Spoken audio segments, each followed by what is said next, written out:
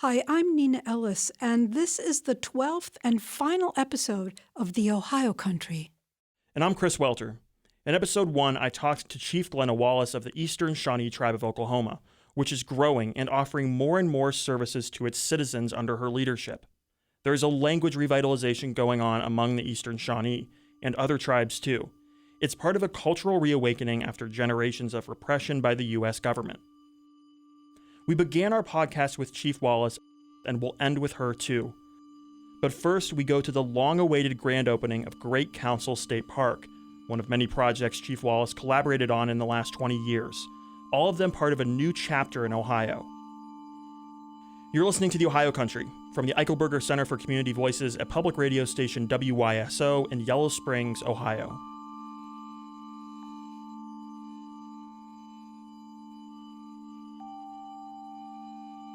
On US 68 in Greene County, there's a tiny, unincorporated community called Old Town on a high spot of land overlooking the Little Miami River. If you've ever driven by here, you probably remember the Tecumseh Motel, but it's gone now, and in its place is a sparkling new building designed to resemble the Shawnee Council House that was here 244 years ago, when 1,000 Shawnee people had a community here called Old Chillicothe. It's Friday, June 8th, 2024, bright and clear. The governor of Ohio steps to a microphone in front of a crowd of maybe 1,000 people, and he's beaming. Well, good morning, everyone. Good morning. This is a special day. Look at the weather. Isn't this great? For those of you not from Ohio, it's like this every day. So, even in February, Chief. No. So we do dedicate today our 76th state park, Great Council State Park. This is the first state park in Ohio dedicated to telling the story of our Native Americans.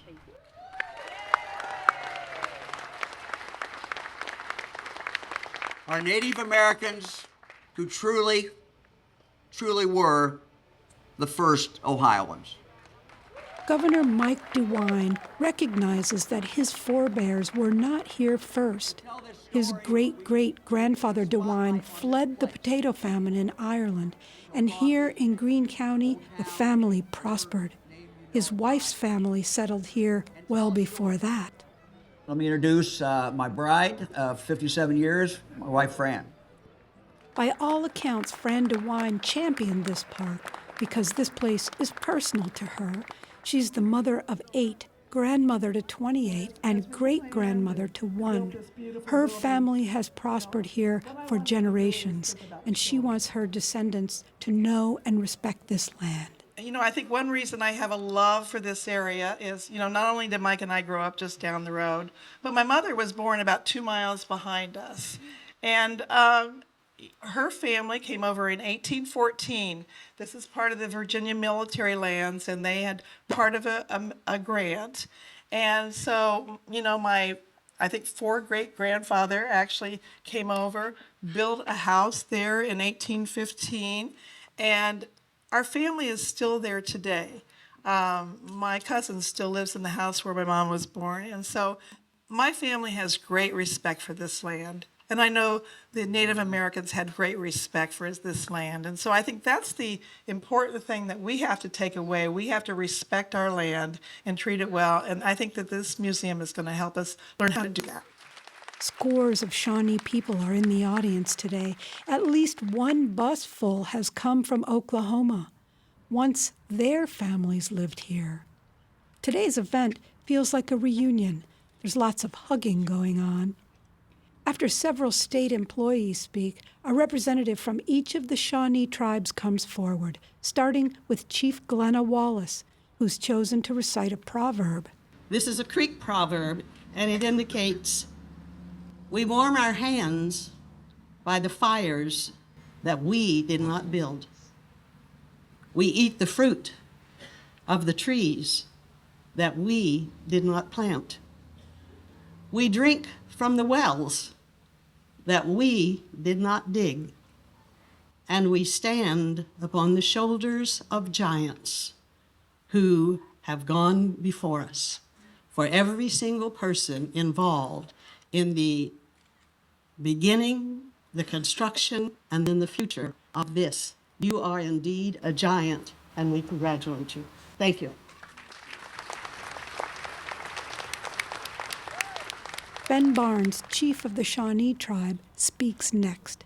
As we've heard in previous episodes, Barnes is a passionate leader, outspoken and forceful on so many issues. Today he wears a big smile and expresses gratitude. I'm Ben Barnes, chief of the Shawnee, and it is my pleasure to be here today, and I want to thank Xenia for the hospitality you've given us and shown us, the warm welcome you've given us. I do have to confess, it's been a lot of years since I've been in Xenia. The last time I was here, the Cincinnati Reds were good. And finally, Joseph Blanchard, treasurer of the absentee Shawnee Tribe of Oklahoma. He elaborates on the Creek proverb read by Chief Wallace. Chief Wallace talked about the creeks. Most people don't realize that our great leader, Tecumseh, who we are the direct descendants of, was Park Creek. So we acknowledge our relatives of the Creek Nation. We acknowledge all of our relatives and who, as has already been mentioned, the giants who have come before us that we stand upon. It's their legacy. It's their culture that we continue. All right, everybody help us count us down from 3. 3, 2, 1.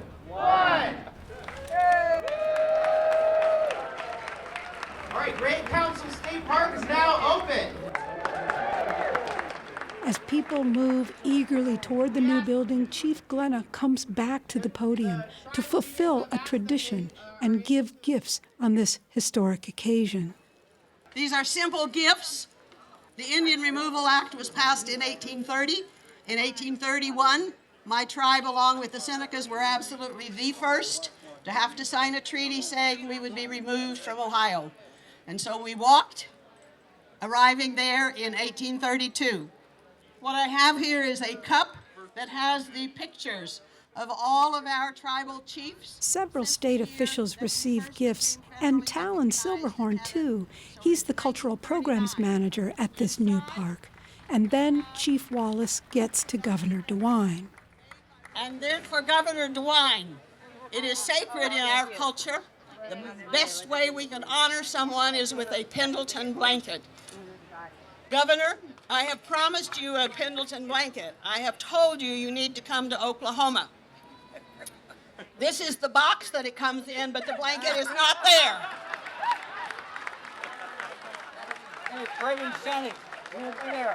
And from going through this museum, I learned something.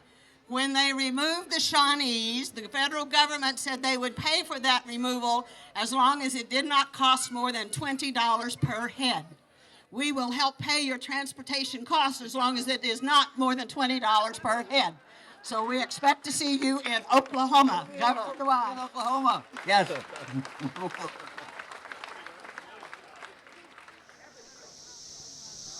Later that night, I met Chief Wallace at Fort Ancient, a Native American earthworks complex an hour south on the Little Miami River, where she had gone with a bus full of her fellow Shawnee families who'd come to Ohio with her for the grand opening. Many Shawnee people believe they're descended from the people who built this place, so the site holds significant historical and cultural importance to them. It's recently been recognized as a World Heritage Site. We've heard about these bus tours before. Present-day citizens come to see and feel the places their ancestors lived, and to get to know 21st century Ohio, too. I overheard people talking about how green and beautiful the countryside is in Ohio in June.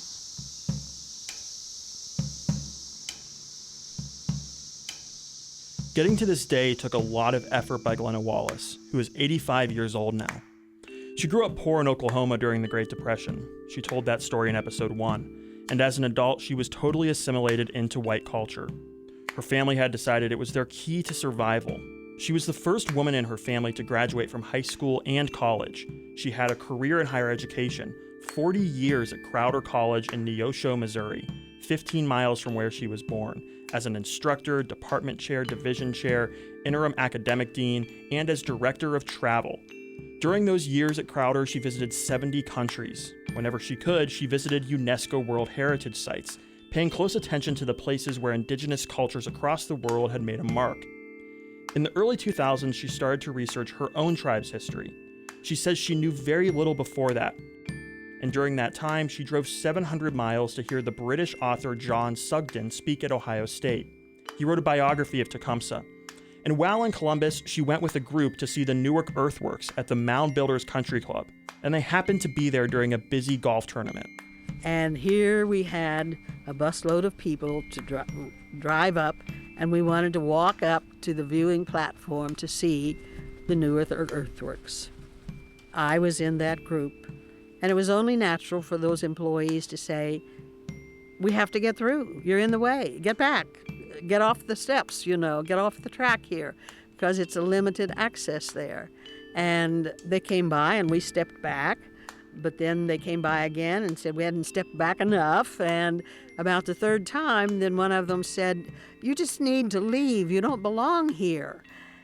I understand where they were coming from, but to say you don't belong here, and then I finally made it up the steps and looked out of that viewing platform, and what I saw, because of those 70 countries and numerous World Heritage sites that I had viewed, visited, walked so often, and because of those 3 years of researching my tribal history and 3 years of giving programs, I had a knowledge that other people did not have. You knew what you were looking And the at. minute I looked out and saw what I saw, I knew that I was looking at something that was equally spectacular to the Great Wall of China, to the pyramids.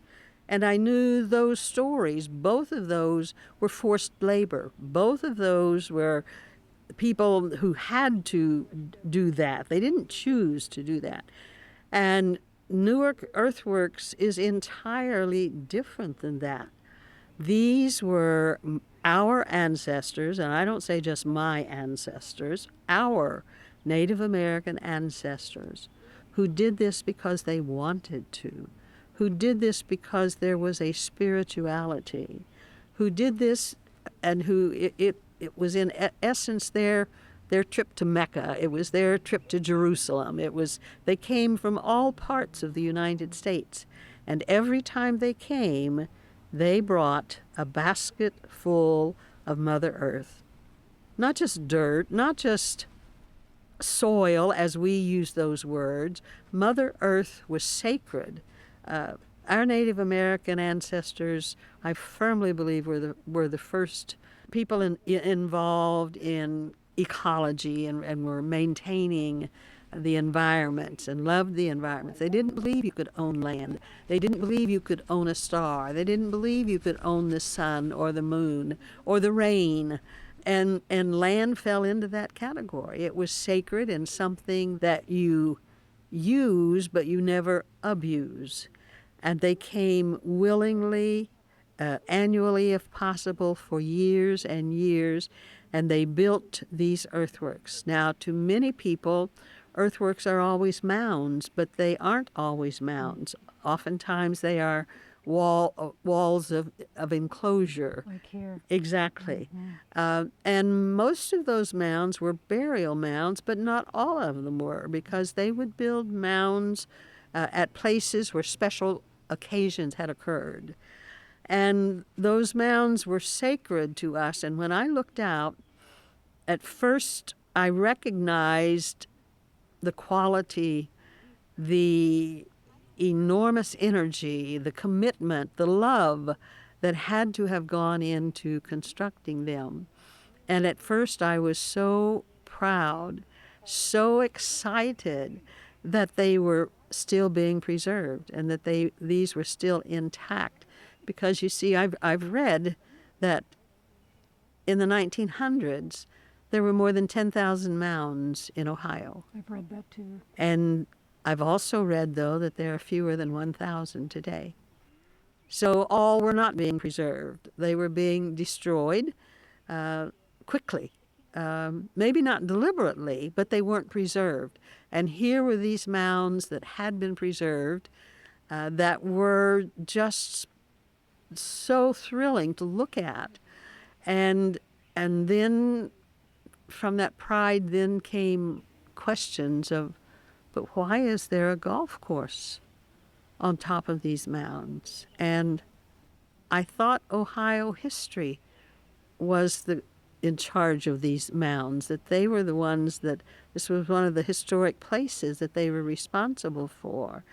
And then I learned that they had leased this to a place called Mound Builders Country Club that I felt, I understand why they named it, but that was another insult for our mounds. And I walked away crying. I came down those viewing steps and I was saying the biblical scripture, Father, forgive them, for they know not what they do. And I came away committed, saying, I do not know what one voice can do, but I do know I can't be silent about this. And she wasn't silent. She got elected chief of the Eastern Shawnee in 2006 and got increasingly involved with the state of Ohio. And she worked hard. She says she's had a strong work ethic since she was a child. So in the time that Glenna Wallace has been coming to Ohio, she's accomplished a lot, even though she's taken some political criticism for all the time spent here.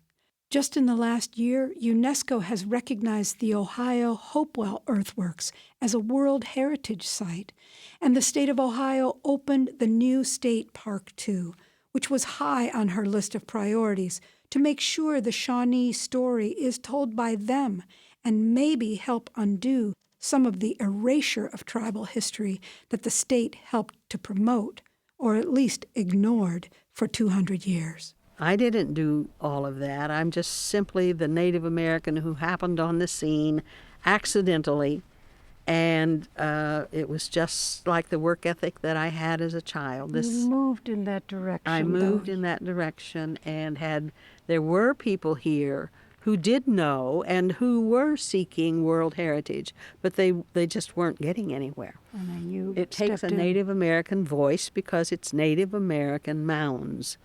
And so I can't give credit enough to Bert Logan, who became the CEO there of the Ohio History, and under his leadership they changed that name from Ohio History Society to Ohio History Connections, and that's exactly what he did. And he did not have a background. He's not Native American. He has never been associated with a tribe, but he was willing to read, and he was willing to take history, and he was willing to say, mistakes have been made here. Yeah. Mistakes have been made here. Yeah. And that message spread across. And so today it's not just the Great Council Park. It is a movement that is spreading across Ohio, an awareness, a recognition that things were done that should not have happened, and that we were always labeled as the enemy, the aggressors, as the word has been applied so many times, savages. I want to ask you about something that happened today at the ceremony, which I'd like to hear from your point of view. What really happened there?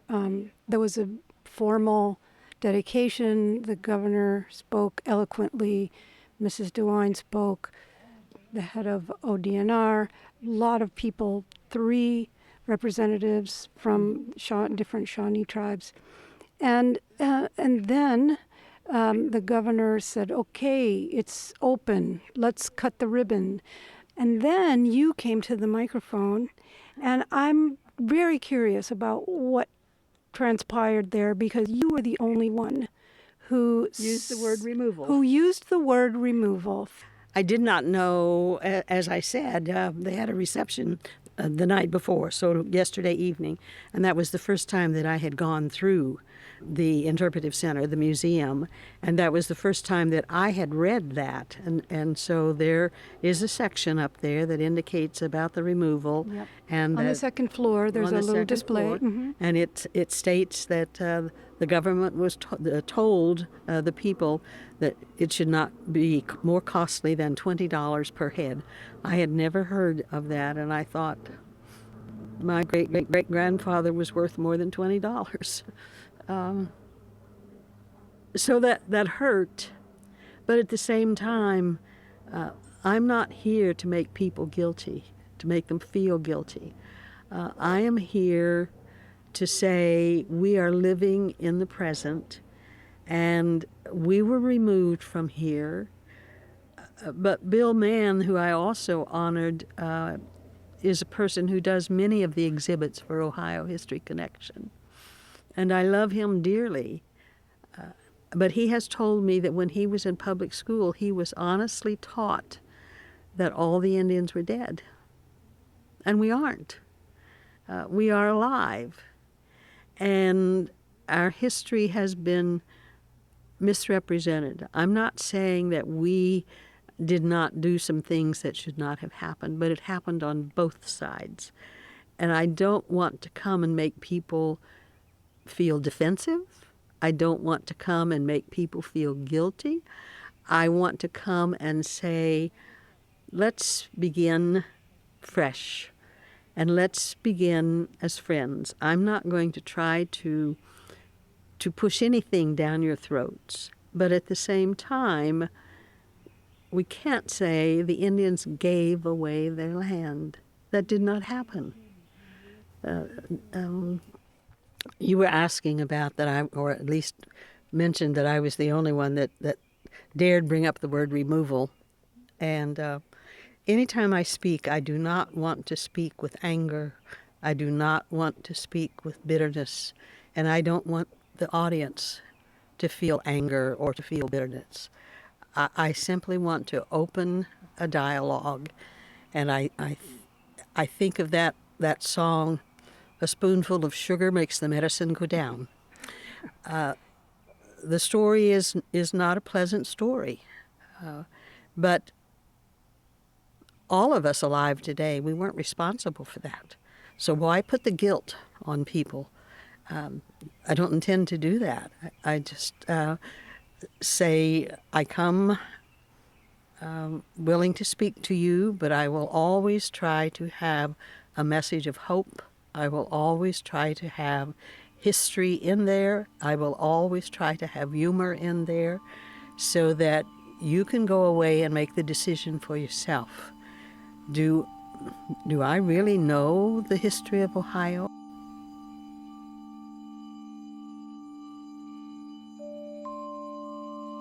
Chief Glenna Wallace of the Eastern Shawnee Tribe of Oklahoma. A few weeks after the Great Council State Park opened, the Ohio History Connection announced that it had settled out of court with the Mound Builders Country Club and that the earthworks in Newark, Ohio will be open to the public in January 2025, 20 years after Chief Glenna first visited there and vowed to speak up.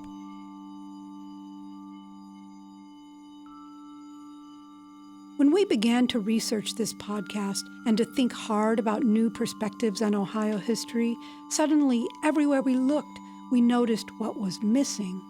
The native people whose names have been given to rivers, counties, schools, companies, and sports teams. The words Miami and Shawnee and Tecumseh are everywhere, but what of the people themselves? When we started, we didn't have a clear sense of who they are, where they are, or what they value. But now, 3 years later, we've met so many people collaborating to discuss, rethink, and rewrite the narrow interpretation of history we've inherited in Ohio. Tribal citizens, Ohio government officials, teachers, writers, historians, artists, archaeologists, museum professionals. Chief Glenna Wallace is not alone in raising her voice. There's a teaching embraced by the indigenous tribes we've talked to that says decisions should be made not to benefit ourselves, but instead for the welfare of our descendants 7 generations from now. Chief Wallace referenced it when she said, "We stand on the shoulders of giants." 7 generations from now is 2199. Is it possible for the rest of us to think that far ahead? To try and solve the threatening problems before us as a state and a nation? And can we afford not to? For the Ohio Country, I'm Nina Ellis. And I'm Chris Welter. Thank you so much for listening. This was the 12th and final episode of the Ohio Country called Great Council State Park. It was written by Nina Ellis with help from Chris Welter, the managing editor of the Eichelberger Center for Community Voices, and Adriana Martinez Smiley, the Environment and Indigenous Affairs reporter at WYSO. The series editor has been Samantha Summer, WYSO's news director. Dr. John Bickers has been our cultural advisor. He's a member of the Miami Tribe of Oklahoma, an assistant professor of history at Case Western University, and received his PhD at The Ohio State University. His first book project, The Miami Nation, A Middle Path for Indigenous Nationhood, is an exploration of the political history of the Miami Tribe through the 19th and early 20th centuries. It's forthcoming from Indiana University Press. Layla Troyer designed our logo. She is also a member of the Miami Tribe of Oklahoma and a graduate of Miami University. Thanks to Chief Glenna Wallace of the Eastern Shawnee Tribe of Oklahoma, the Ohio Department of Natural Resources, and the Ohio History Connection. Thanks also to the staff of public radio station WYSO, including Luke Dennis, the general manager, Amanda Burks, the director of development and communications, Heather Martin for press outreach, and Caitlin Schrader, the digital editor and deputy news director. To find photographs, maps, and links, go to wyso.org/podcasts. I'm the series digital producer, Mary Evans, and also the creator of the radio series and podcast called Reentry Stories. The Ohio Country was created at the Eichelberger Center for Community Voices at public radio station WYSO in Yellow Springs, Ohio. It was made possible through a partnership with Ohio Humanities, a nonprofit that shares stories to spark conversations and inspire ideas, and by the National Endowment for the Humanities, a More Perfect Union initiative.